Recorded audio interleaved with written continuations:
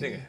तो ये अब ठीक है, इस समय तो थोड़ा सा क्लैरिटी नहीं है डायरेक्शन को लेकर, इसलिए कंसोलिडेशन टाइम मूड। नहीं देखिए, एक बहुत इंटरेस्टिंग कल मैं ट्वीट पढ़ रहा था कि जब पहला 75 बेसिस पॉइंट का रेट हाइक आया था तो निफ्टी था 16,000 समथिंग पे।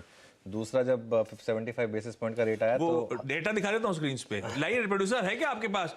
पिछली 4 हाइक्स 75 की और निफ्टी की चाल। तो निफ्टी था 17,700 समथिंग पर। कल वाली जो 75 की हाइक आई उसमें निफ्टी था 18,000 समथिंग पे।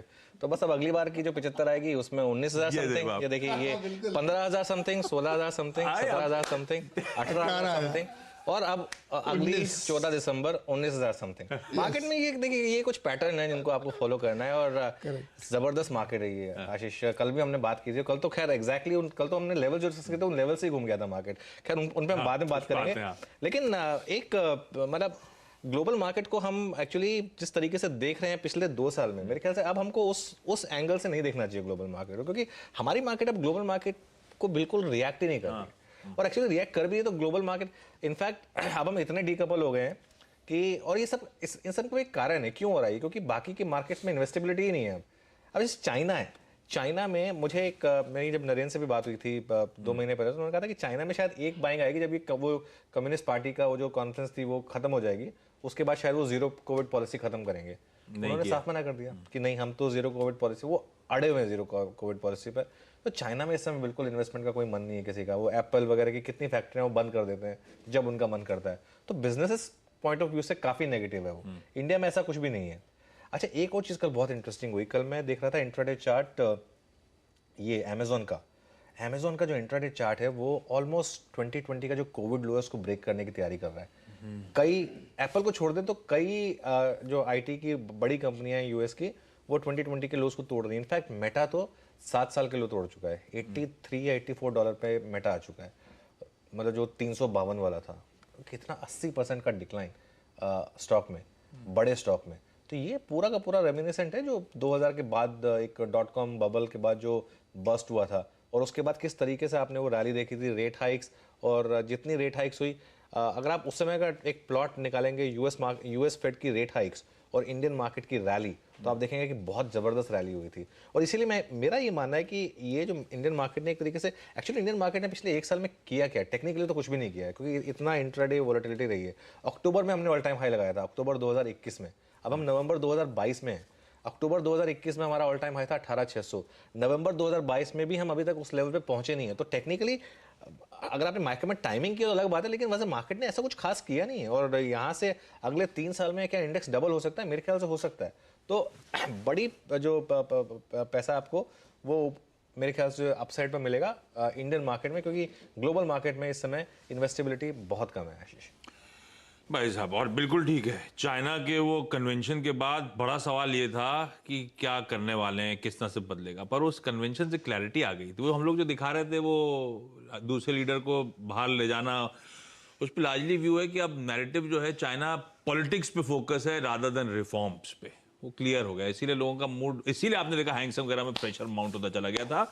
हम स्टैंड आउट कर रहे हैं, हम डीकपल्ड हैं, वाकई डीकपल्ड हैं, वो स्क्रीन क्लियरली विजिबल है। लोगों का कन्विक्शन इंडिया के साथ बना हुआ है और हम बहुत हद तक ग्लोबल हेडविंड से अछूते नजर आएंगे।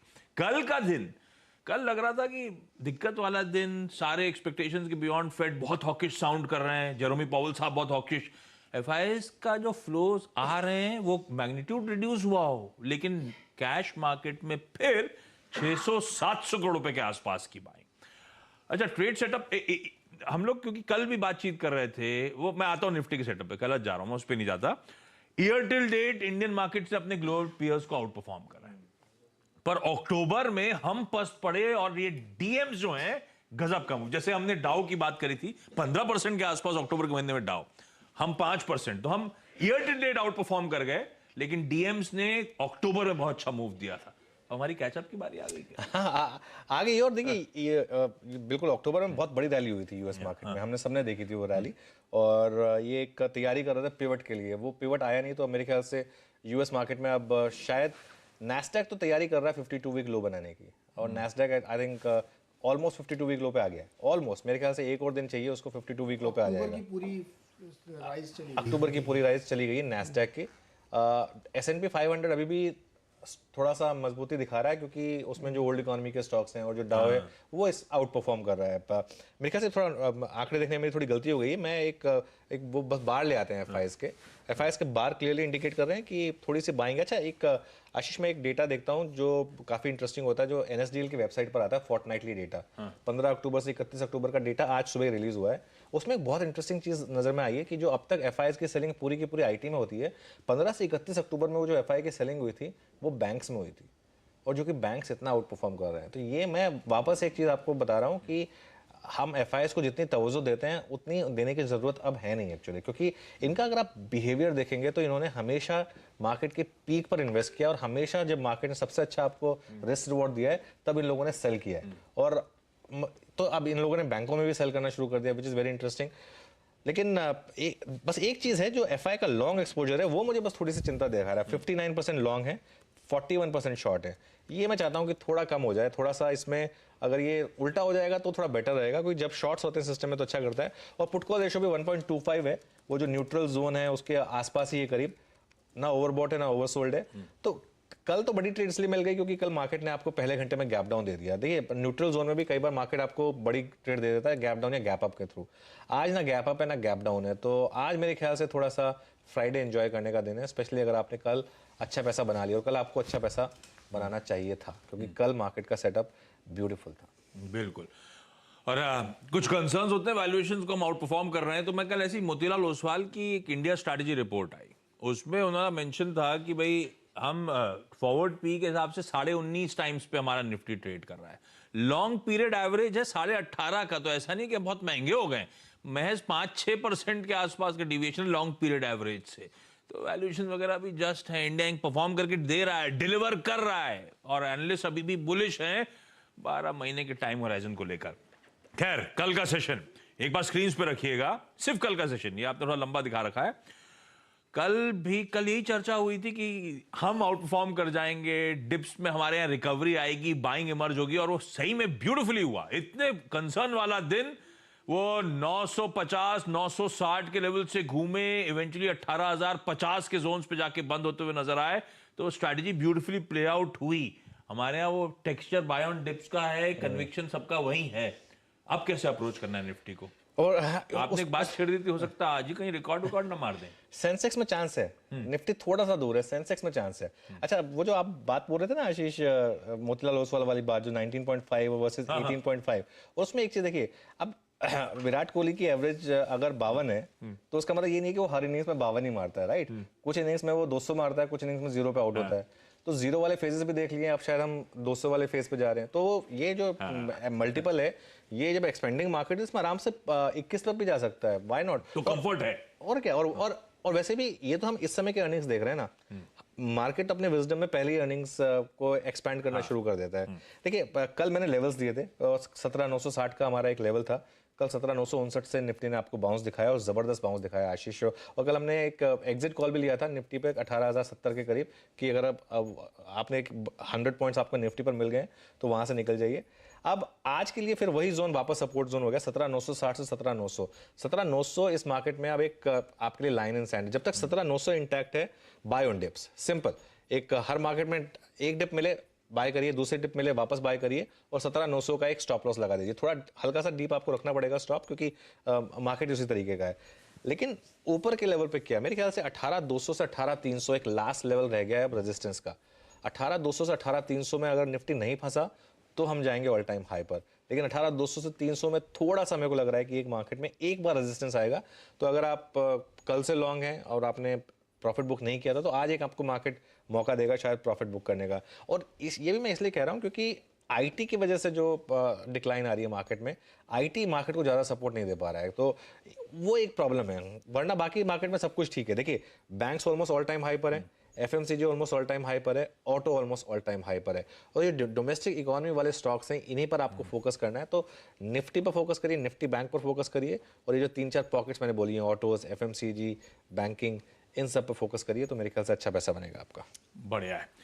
तो और दिख भी रहा है शॉर्ट टर्म ट्रेंड हमारे मार्केट्स का इंटैक्ट है। कल भी हमने बढ़िया रेजिलियंस के साथ कामकाज करा, और फर्दर अपटिक शायद ये बाजार इक आउट करता हुआ नजर आया। और कल जो शुरुआती डिप्स आए थे दबाव के साथ जो शुरुआत हुई थी उसमें right from the word go banks ने सपोर्ट करा। ये कल चर्चा हो रही थी कि आईटी पस्त पड़ना है, अब बैंक से चलने की बारी है, और वहीं से सपोर्ट आया। बैंक्स कल 1/3%, 1/4% की ज्यादा का उछाल के साथ कामकाज करते हुए नजर आए।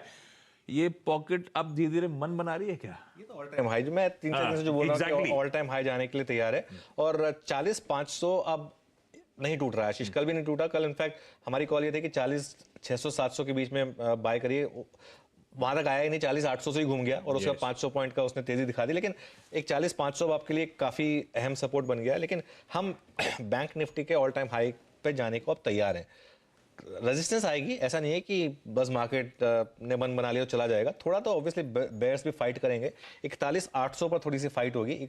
अच्छा, ऑप्शंस डेटा में देख रहा था, कॉल्स में कहीं बिल्डअप नहीं है ऊपर, तो मुझे लग रहा है बैंक निफ्टी में एटलीस्ट बेयर्स जो है वो डर रहे हैं कि बैंक निफ्टी को टच नहीं करते हैं, कोशिश कर रहे हैं वो निफ्टी को ही नीचे रखने की, क्योंकि उसमें उनको आईटी का सपोर्ट है। एक पैटर्न देखिए आप बैंक निफ्टी का पिछले कई टाइम में। एसबीआई नॉर्मली सबसे पहले 52 वीक हाई बनाता है, उसके बाद आईसीआईसीआई बैंक उसको फॉलो करता है, और उसके बाद बाकी बैंक्स फॉलो करते हैं। तो एसबीआई ने कल बनाया अपना ऑल टाइम हाई।